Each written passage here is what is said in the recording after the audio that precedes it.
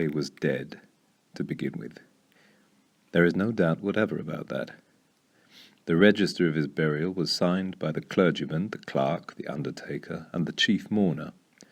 Scrooge signed it, and Scrooge's name was good upon change for anything he chose to put his hand to.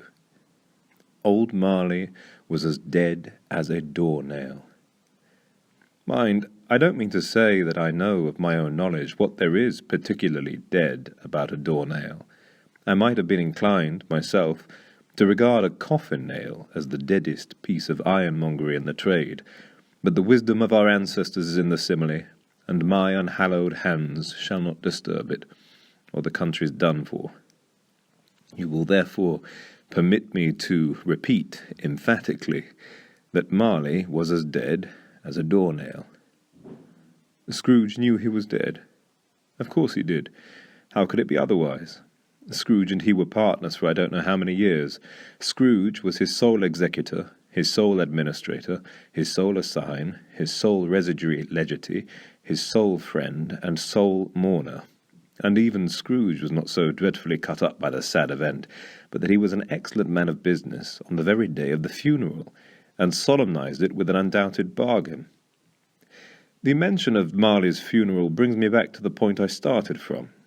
There is no doubt that Marley was dead.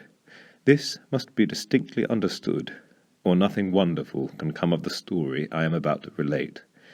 If we were not perfectly convinced that Hamlet's father died before the play began, there would be nothing more remarkable in his taking a stroll at night in an easterly wind upon his own ramparts than there would be in any other middle-aged gentleman rashly turning out after dark in a breezy spot, say St. Paul's churchyard, for instance, literally to astonish his son's weak mind. Scrooge never painted out old Marley's name. There it stood, years afterwards, above the warehouse door. Scrooge and Marley. The firm was known as Scrooge and Marley. Sometimes people new to the business called Scrooge, and sometimes Marley, but he answered to both names. It was all the same to him. Oh, but he was a tight-fisted hand at the grindstone, Scrooge, a squeezing, wrenching, grasping, scraping, clutching, covetous old sinner, hard and sharp as flint, from which no steel had ever struck out generous fire, secret and self-contained, and solitary as an oyster. The cold within him froze his old features, nipped his pointed nose, shriveled his cheek, stiffened his gait, made his eyes red, his thin lips blue, and spoke out shrewdly in his grating voice. A frosty rime was on his head and on his eyebrows and his wiry chin.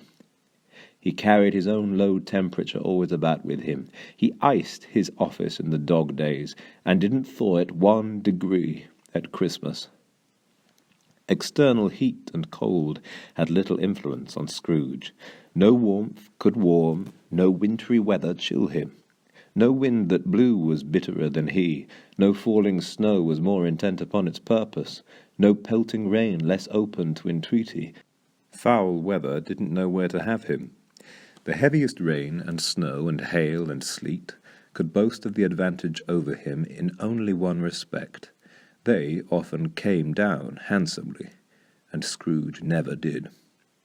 Nobody ever stopped him in the street to say with gladsome looks, "My dear Scrooge, how are you? When will you come to see me?"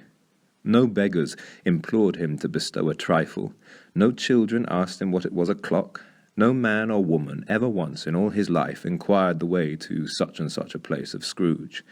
Even the blind men's dogs appeared to know him, and when they saw him coming on would tug their owners into doorways and up courts, and then would wag their tails as though they said, "No eye at all is better than an evil eye, dark master."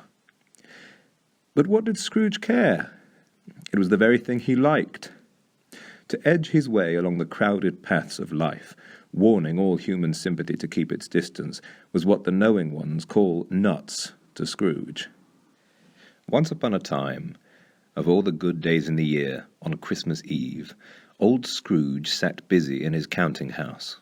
It was cold, bleak, biting weather, foggy withal, and he could hear the people in the court outside go wheezing up and down, beating their hands upon their breasts, and stamping their feet upon the pavement stones to warm them. The city clocks had only just gone 3, but it was quite dark already. It had not been light all day, and candles were flaring in the windows of the neighbouring offices like ruddy smears upon the palpable brown air.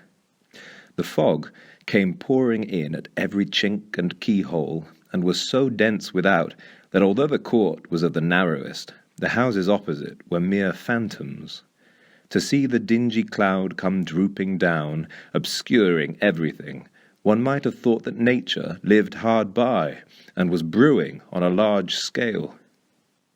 The door of Scrooge's counting-house was open, that he might keep his eye upon his clerk, who, in a dismal little cell beyond, a sort of tank, was copying letters.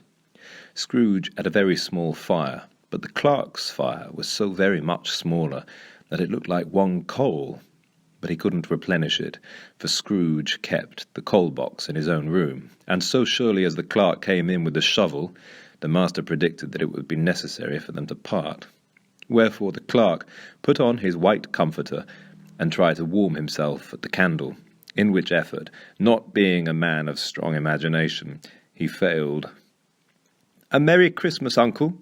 God save you!" cried a cheerful voice. It was the voice of Scrooge's nephew, who came upon him so quickly that this was the very first intimation he had of his approach. "Bah!" said Scrooge.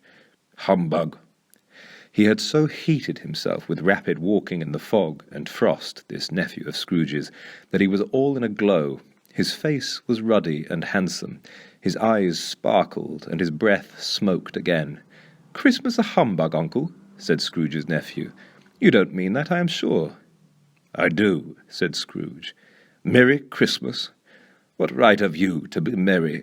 What reason have you to be merry? You're poor enough." "Come, then," returned the nephew gaily. "What right have you to be dismal? What reason have you to be morose? You're rich enough." Scrooge, having no better answer ready on the spur of the moment, said "Bah!" again, and followed it up with "Humbug!" "Don't be cross, uncle," said the nephew. "What else can I be," returned the uncle, "when I live in such a world of fools as this? Merry Christmas! Out upon Merry Christmas! What's Christmas time to you but a time for paying bills without money, a time for finding yourself a year older and not an hour richer, a time for balancing your books and having every item in 'em through and round a dozen of months presented dead against you? If I could work my will," said Scrooge indignantly, "every idiot who goes about with Merry Christmas on his lips should be boiled with his own pudding, and buried with a stake of holly through his heart, he should." "Uncle," pleaded the nephew. "Nephew," returned the uncle sternly, "keep Christmas in your own way, and let me keep it in mine."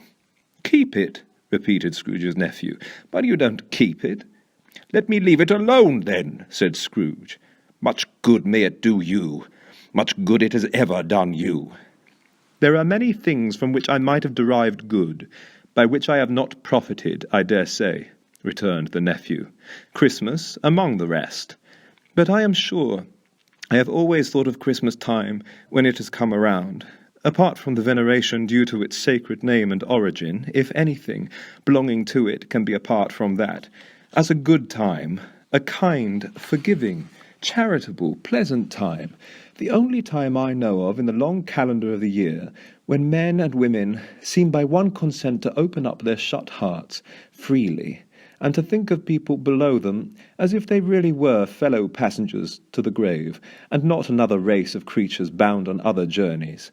And therefore, uncle, though it has never put a scrap of gold or silver in my pocket, I believe that it has done me good, and will do me good, and I say God bless it." The clerk in the tank involuntarily applauded. Becoming immediately sensible of the impropriety, he poked the fire, and extinguished the last frail spark forever. "Let me hear another sound from you," said Scrooge, and you'll keep your Christmas by losing your situation. You're quite a powerful speaker, sir, he added, turning to his nephew. I wonder you don't go into Parliament. Don't be angry, uncle. Come, dine with us tomorrow. Scrooge said that he would see him. Yes, indeed he did. He went the whole length of the expression, and said that he would see him in that extremity first. But why? Cried Scrooge's nephew. Why?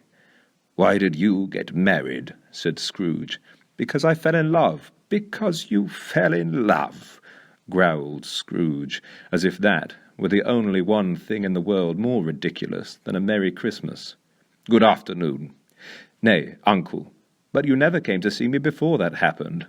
Why give it as a reason for not coming now? Good afternoon, said Scrooge. I want nothing from you. I ask nothing of you. Why cannot we be friends? Good afternoon, said Scrooge. I am sorry with all my heart to find you so resolute. We have never had any quarrel to which I have been a party, but I have made the trial in homage to Christmas, and I'll keep my Christmas humour to the last. So a Merry Christmas, uncle. Good afternoon, said Scrooge, and a Happy New Year. Good afternoon, said Scrooge. His nephew left the room without an angry word, notwithstanding. He stopped at the outer door to bestow the greetings of the season on the clerk, who, cold as he was warmer than Scrooge, for he returned them cordially. There's another fellow, muttered Scrooge, who overheard him. My clerk, with 15 shillings a week, and a wife and family, talking about a Merry Christmas. I'll retire to Bedlam. This lunatic, in letting Scrooge's nephew out, had let 2 other people in. They were portly gentlemen, pleasant to behold, and now stood with their hats off in Scrooge's office. They had books and papers in their hands, and bowed to him. Scrooge and Marley's, I believe, said one of the gentlemen, referring to his list. Have I the pleasure of addressing Mr. Scrooge or Mr. Marley? Mr. Marley has been dead these 7 years, Scrooge replied. He died 7 years ago this very night. We have no doubt his liberality is well represented by his surviving partner, said the gentleman, presenting his credentials. It certainly was, for they had been 2 kindred spirits. At the ominous word liberality, Scrooge frowned and shook his head, and handed the credentials back. At this festive season of the year, Mr. Scrooge, said the gentleman, taking up a pen, it is more than usually desirable that we should make some slight provision for the poor and destitute, who suffer greatly at the present time. Many thousands are in want of common necessaries. Hundreds of thousands are in want of common comforts, sir. Are there no prisons? Asked Scrooge. Plenty of prisons, said the gentleman, laying down the pen again. And the union workhouses? Demanded Scrooge. Are they still in operation? They are still, returned the gentleman. I wish I could say they were not. The treadmill and the poor law are in full vigour, then, said Scrooge. Both very busy, sir. Oh, I was afraid from what you said at first that something had occurred to stop them in their usual course, said Scrooge. I'm very glad to hear it. Under the impression that they scarcely furnish Christian cheer of mind or body to the multitude, returned the gentleman, a few of us are endeavouring to raise a fund to buy the poor some meat and drink and means of warmth. We choose this time because it is a time of all others when want is keenly felt and abundance rejoices. What shall I put you down for? Nothing, Scrooge replied. You wish to be anonymous? I wish to be left alone, said Scrooge. Since you ask me what I wish, gentlemen, that is my answer. I don't make merry myself at Christmas, and I can't afford to make idle people merry. I help to support the establishments I have mentioned. They cost enough, and those who are badly off must go there. Many can't go there, and many would rather die. If they would rather die, said Scrooge, they had better do it, and decrease the surplus population. Besides, excuse me, I don't know that. But you might know it, observed the gentleman. "It's not my business," Scrooge returned. "It's enough for a man to understand his own business, and not to interfere with other people's. Mine occupies me constantly. Good afternoon, gentlemen." Seeing clearly that it would be useless to pursue their point, the gentlemen withdrew. Scrooge resumed his labours with an improved opinion of himself, and in a more facetious temper than was usual with him. Meanwhile, the fog and darkness thickened so that people ran about with flaring links, proffering their services to go before horses in carriages and conduct them on their way. The ancient tower of a church, whose gruff old bell was always peeping slyly down at Scrooge out of a Gothic window in the wall, became invisible, and struck the hours and quarters in the clouds with tremulous vibrations afterwards, as if its teeth were chattering in its frozen head up there. The cold became intense. In the main street, at the corner of the court, some labourers were repairing the gas pipes, and had lighted a great fire in a brazier, round which a party of ragged men and boys were gathered, warming their hands and winking their eyes before the blaze in rapture. The water-plug being left in solitude, its overflowings sullenly congealed and turned to misanthropic ice. The brightness of the shops, where holly sprigs and berries crackled in the lamp heat of the windows, made pale faces ruddy as they passed. Poulterers' and grocers' trades became a splendid joke, a glorious pageant, with which it was next to impossible to believe that such dull principles as bargain and sale had anything to do. The Lord Mayor, in the stronghold of the mighty mansion house, gave orders to his 50 cooks and butlers to keep Christmas as a Lord Mayor's household should, and even the little tailor, whom he had fined 5 shillings on the previous Monday for being drunk and bloodthirsty in the streets, stirred up tomorrow's pudding in his garret, whilst his lean wife and the baby sallied out to buy beef. Foggier yet, and colder. Piercing, searching, biting cold. If the good St. Dunstan had but nipped the evil spirit's nose with a touch of such weather as that, instead of using his familiar weapons, then indeed he would have roared to lusty purpose. The owner of one scant young nose, gnawed and mumbled by the hungry cold, as bones are gnawed by dogs, stooped down at Scrooge's keyhole to regale him with a Christmas carol, but at the first sound of "God bless you, merry gentlemen, may nothing you dismay," Scrooge seized the ruler with such energy of action that the singer fled in terror, leaving the keyhole to the fog, and even more congenial frost. At length the hour of shutting up the counting-house arrived. With an ill will, Scrooge dismounted from his stool, and tacitly admitted the fact to the expectant clerk in the tank, who instantly snuffed his candle out and put on his hat. "You'll want all day tomorrow, I suppose," said Scrooge. "If quite convenient, sir." "It's not convenient," said Scrooge, "and it's not fair. If I was to stop £0.50 for it, you'd think yourself ill-used, I'll be bound." The clerk smiled faintly. "And yet," said Scrooge, "you don't think me ill-used when I pay a day's wages for no work?" The clerk observed that it was only once a year. "A poor excuse for picking a man's pocket every 25th of December," said Scrooge, buttoning his greatcoat to the chin. "But I suppose you must have the whole day. Be here all the earlier next morning." The clerk promised that he would, and Scrooge walked out with a growl. The office was closed in a twinkling, and the clerk, with the long ends of his white comforter dangling below his waist, for he boasted no greatcoat, went down a slide on Cornhill, at the end of a lane of boys 20 times, in honour of its being Christmas Eve, and then ran home to Camden Town as hard as he could pelt, to play at blindman's buff. Scrooge took his melancholy dinner in his usual melancholy tavern, and having read all the newspapers, and beguiled the rest of the evening with his banker's book, went home to bed. He lived in chambers which had once belonged to his deceased partner. They were a gloomy suite of rooms, in a lowering pile of building up a yard, where it had so little business to be that one could scarcely help fancying it must have run there when it was a young house, playing at hide-and-seek with other houses, and have forgotten the way out again. It was old enough now, and dreary enough, for nobody lived in it but Scrooge, the other rooms being all let out as offices. The yard was so dark that even Scrooge, who knew its every stone, was fain to grope with his hands.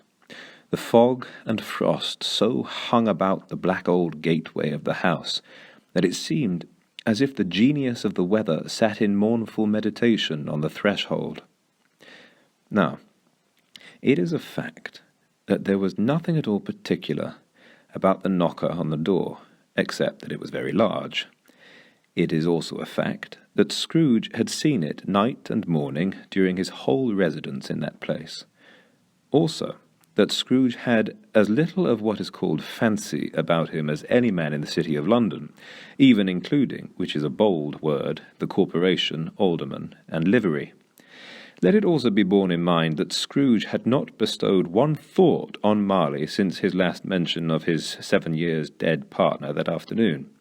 And then let any man explain to me, if he can, how it happened that Scrooge, having his key in the lock of the door, saw in the knocker, without its undergoing any intermediate process of change, not a knocker, but Marley's face. Marley's face. It was not in impenetrable shadow, as the other objects in the yard were, but had a dismal light about it, like a bad lobster in a dark cellar. It was not angry or ferocious, but looked at Scrooge as Marley used to look, with ghostly spectacles turned up on its ghostly forehead. The hair was curiously stirred, as if by breath or hot air, and though the eyes were wide open, they were perfectly motionless. That, and its livid colour, made it horrible, but its horror seemed to be in spite of the face, and beyond its control, rather than a part of its own expression. As Scrooge looked fixedly at this phenomenon, it was a knocker again. To say that he was not startled, or that his blood was not conscious of a terrible sensation to which it had been a stranger from infancy, would be untrue. But he put his hand upon the key he had relinquished, turned it sturdily, walked in, and lighted his candle.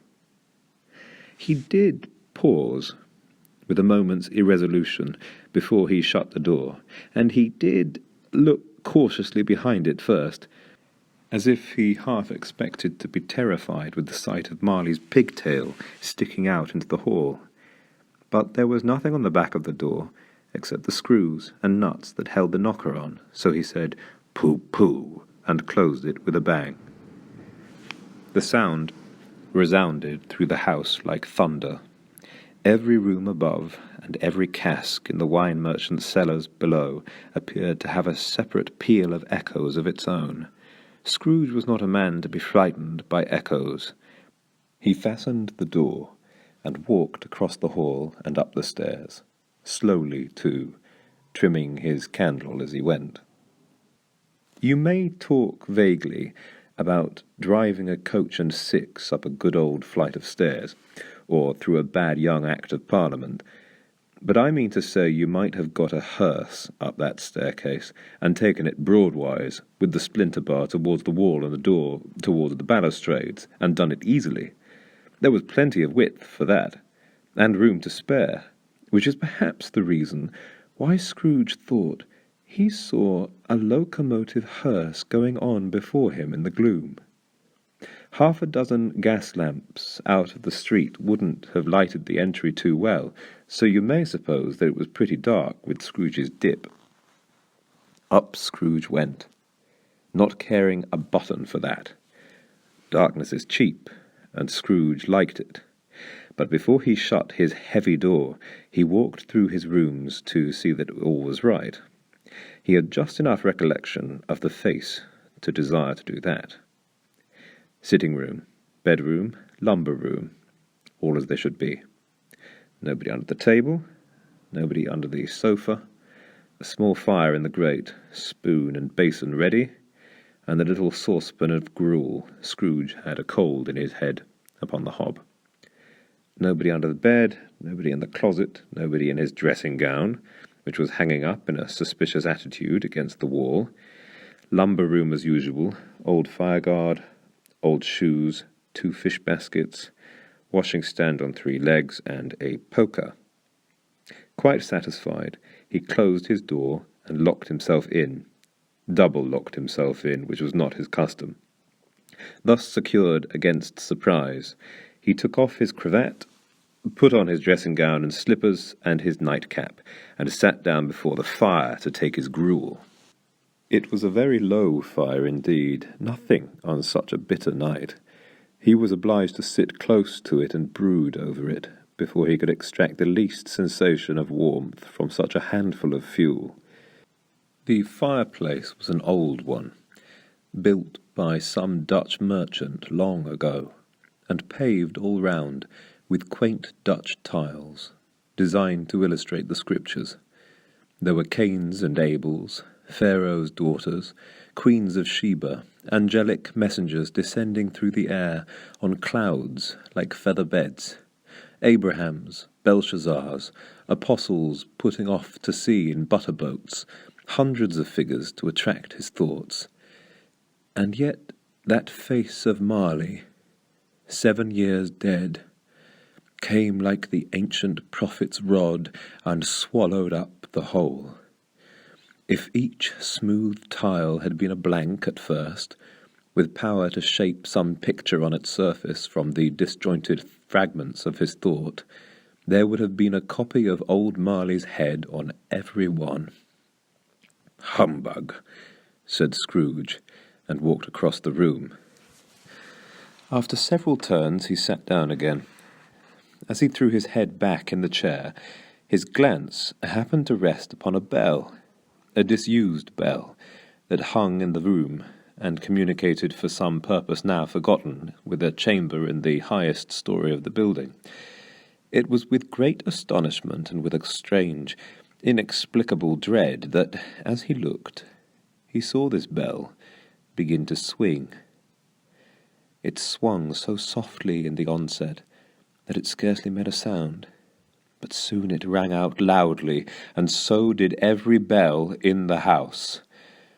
This might have lasted half a minute or a minute, but it seemed an hour. The bells ceased as they had begun together. They were succeeded by a clanking noise deep down below, as if some person were dragging a heavy chain over the casks in the wine merchant's cellar. Scrooge then remembered to have heard that ghosts in haunted houses were described as dragging chains. The cellar door flew open with a booming sound, and then he heard the noise, much louder on the floors below, then coming up the stairs, then coming straight towards his door.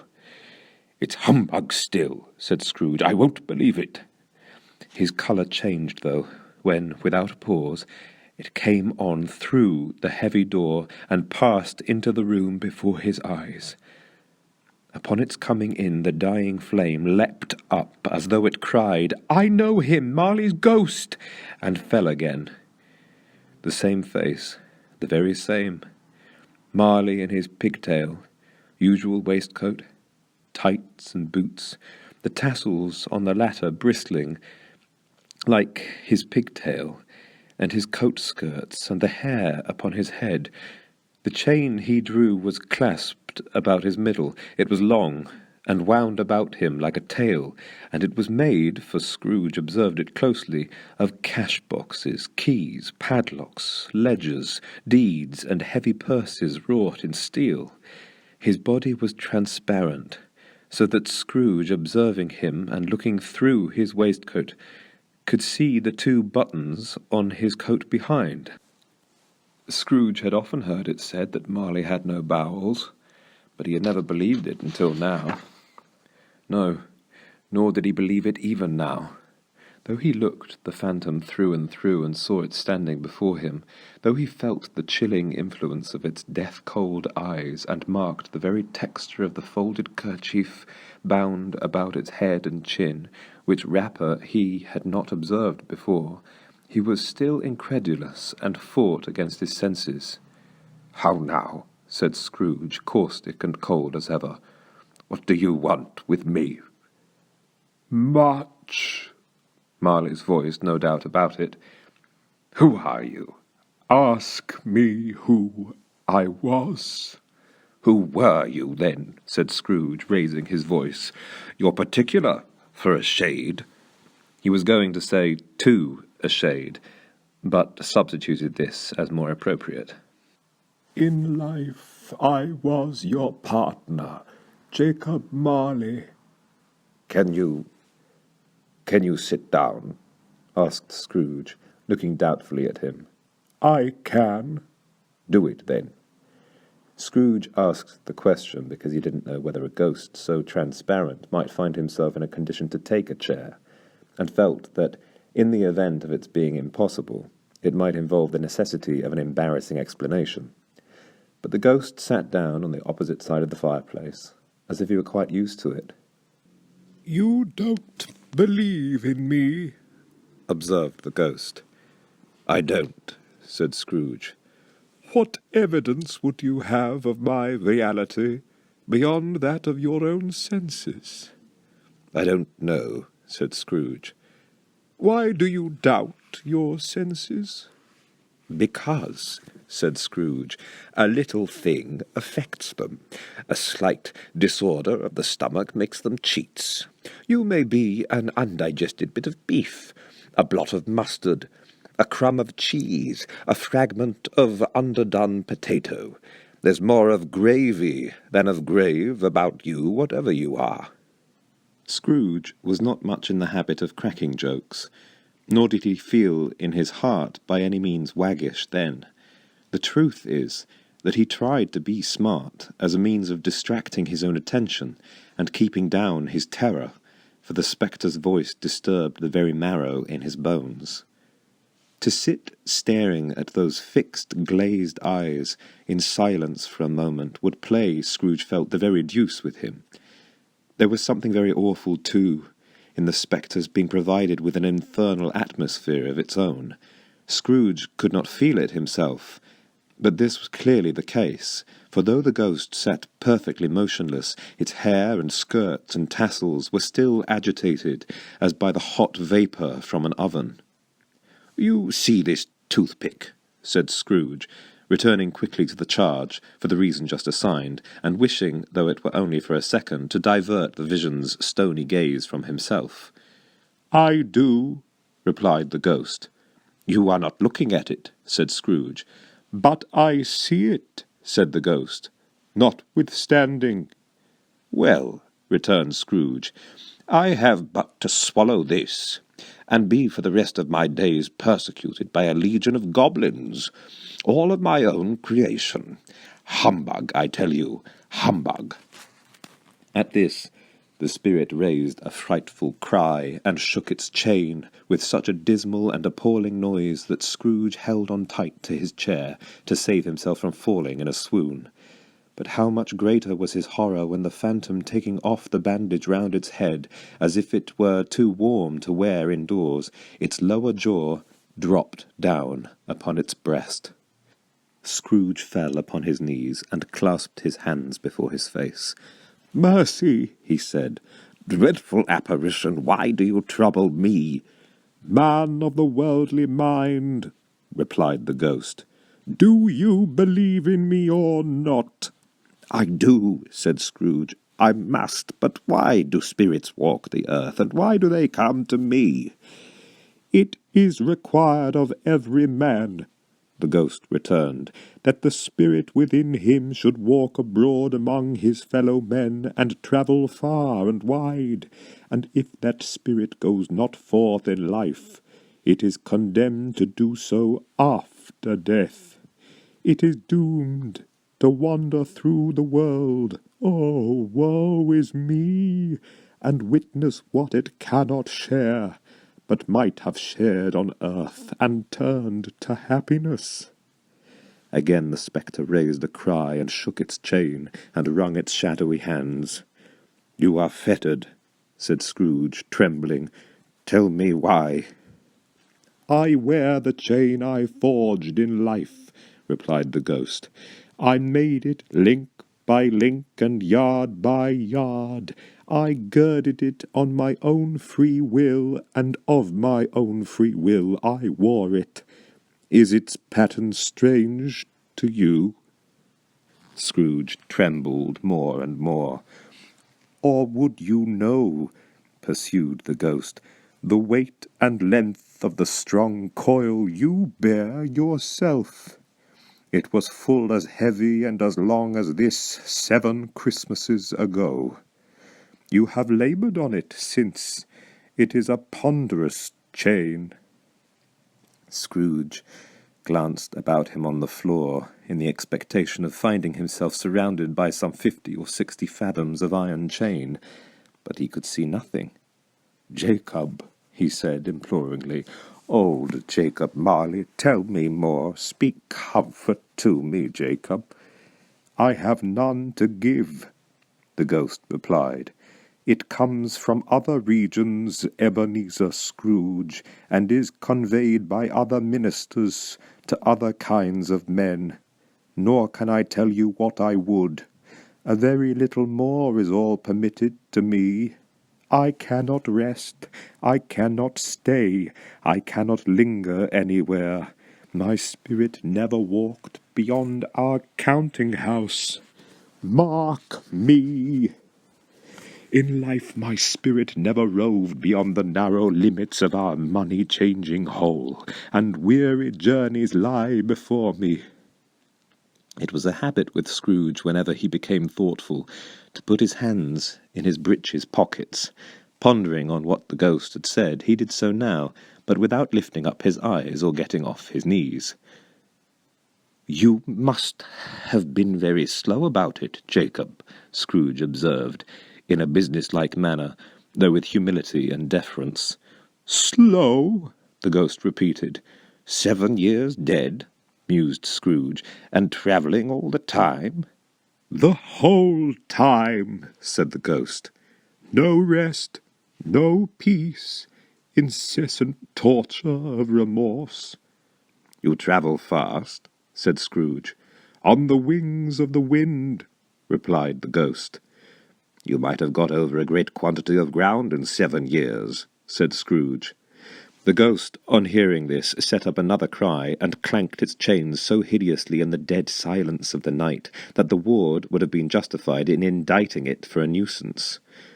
"Oh, captive bound and double-ironed," cried the phantom, "not to know that ages of incessant labour by immortal creatures for this earth must pass into eternity before the good of which it is susceptible is all developed, not to know that any Christian spirit working kindly in its little sphere, whatever it may be, will find its mortal life too short for its vast means of usefulness, not to know that no space of regret can make amends for one's life's opportunities misused. Yet such was I. Oh, such was I." "But you were always a good man of business, Jacob," faltered Scrooge, who now began to apply this to himself. "Business!" cried the ghost, wringing its hands again. "Mankind was my business. The common welfare was my business. Charity, mercy, forbearance, and benevolence were all my business. The dealings of my trade were but a drop of water in the comprehensive ocean of my business." It held up its chain at arm's length, as if it were the cause of all its unavailing grief, and flung it heavily upon the ground again. "At this time of the rolling year," the spectre said, "I suffer most. Why did I walk through crowds of fellow beings with my eyes turned down, and never raise them to that blessed star which led the wise men to a poor abode? Were there no poor homes to which its light would have conducted me? Scrooge was very much dismayed to hear the spectre going on at this rate, and began to quake exceedingly. "Hear me!" cried the ghost. "My time is nearly gone." "I will," said Scrooge, "but don't be hard upon me. Don't be flowery, Jacob, pray. How it is that I appear before you in a shape that you can see, I may not tell. I have sat invisible beside you many and many a day." It was not an agreeable idea. Scrooge shivered, and wiped the perspiration from his brow. "That is no light part of my penance," pursued the ghost. "I am here tonight to warn you that you have yet a chance and hope of escaping my fate, a chance and hope of my procuring Ebenezer." "You were always a good friend to me," said Scrooge. "Thank ye." "You will be haunted," resumed the ghost, "by 3 spirits." Scrooge's countenance fell almost as low as the ghost's had done. "Is that the chance and hope you mentioned, Jacob?" he demanded, in a faltering voice. "It is." I think I'd rather not," said Scrooge. "Without their visits," said the ghost, "you cannot hope to shun the path I tread. Expect the first tomorrow when the bell tolls 1. "Couldn't I take 'em all at once and have it over, Jacob?" hinted Scrooge. "Expect the second on the next night at the same hour. The third upon the next night when the last stroke of 12 has ceased to vibrate. Look to see me no more, and look that, for your own sake, you remember what has passed between us." When it had said these words, the spectre took its wrapper from the table and bound it around its head as before. Scrooge knew this by the smart sound its teeth made when the jaws were brought together by the bandage. He ventured to raise his eyes again, and found his supernatural visitor confronting him in an erect attitude with its chain wound over and about its arm. The apparition walked backward from him, and at every step it took the window raised itself a little, so that when the spectre reached it, it was wide open. It beckoned Scrooge to approach, which he did. When they were within 2 paces of each other, Marley's ghost held up its hand, warning him to come no further. Scrooge stopped. Not so much in obedience as in surprise and fear, for on the raising of the hand he became sensible of confused noises in the air, incoherent sounds of lamentation and regret, wailings inexpressibly sorrowful and self-accusatory. The spectre, after listening for a moment, joined in the mournful dirge and floated out upon the bleak, dark night. Scrooge followed to the window, desperate in his curiosity. He looked out. The air was filled with phantoms, wandering hither and thither in restless haste, and moaning as they went. Every one of them wore chains like Marley's ghost. Some few, they might be guilty governments, were linked together.